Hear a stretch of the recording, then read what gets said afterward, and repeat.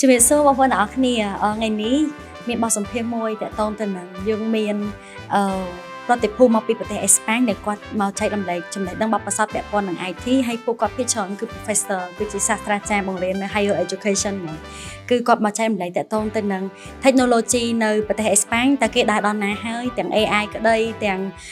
database ទាំង system មួយចំនួនអីហ្នឹងគឺគាត់មកកម្ពុជាក្នុងកម្មវិធី Erasmus Project ដែល LSI មាន collaboration ជាមួយនឹងខាងកម្មវិធីហ្នឹងដែលយើង exchange គ្នាមានន័យថា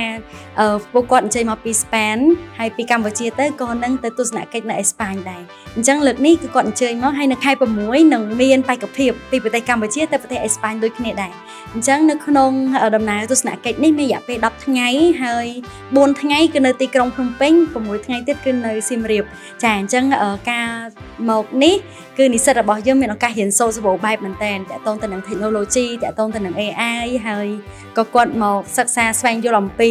ការរស់នៅរបៀបធ្វើការមួយចំនួននៅប្រទេសកម្ពុជាហើយក៏ពីវប្បធម៌របស់យើងដែរអញ្ចឹងនៅបន្តទៀតនេះគាត់នឹងទៅសៀមរាបដើម្បីទៅទស្សនកិច្ចថាតើនៅតំបន់អង្គររបស់យើងនេះដែលជាសម្បត្តិបេតិកភណ្ឌមានអីអស្ចារ្យមានអីពិសេសមានអីប្លែកគាត់នឹង experience ហើយពេលដែលយើងទៅប្រទេសអេស្ប៉ាញក៏គាត់នឹងរៀបចំសម្របសម្រួលត្រឡប់វិញដែរចាអញ្ចឹងក្នុង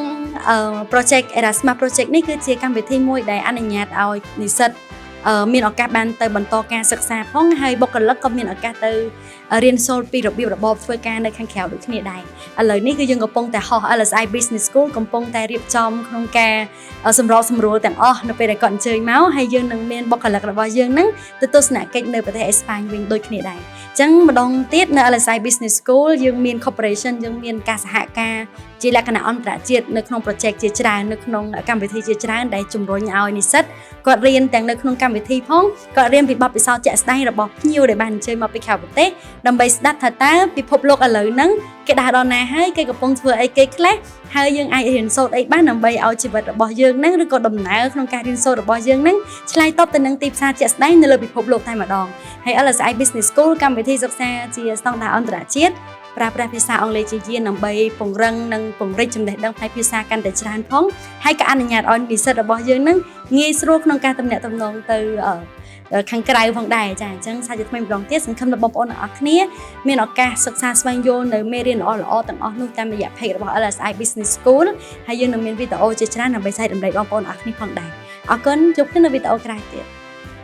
LSI Business School ជាគ្រឹះស្ថានឧត្តមសិក្សាដំបូងគេក្នុងប្រទេសកម្ពុជាដែលបង្រៀននិស្សិតថ្នាក់បរិញ្ញាបត្រផ្ដោតលើជំនាញគ្រប់គ្រងសហគ្រាសខ្នាតតូចនិងមធ្យម SME Management យើងផ្ដល់ជូននិស្សិតនូវសមត្ថភាពភាសាអង់គ្លេសជំនាញធ្វើអាជីវកម្មស្តង់ដារនិងបណ្ដុះចរិតលក្ខណៈល្អដល់និស្សិតគ្រប់រូបសូមអញ្ជើញអាណាព្យាបាលនិងសិស្សានុសិស្សស្វែងយល់បន្ថែមអំពីថ្នាក់បរិញ្ញាបត្រនៅ LSI Business School តាមរយៈ link Telegram ឬ scan QR code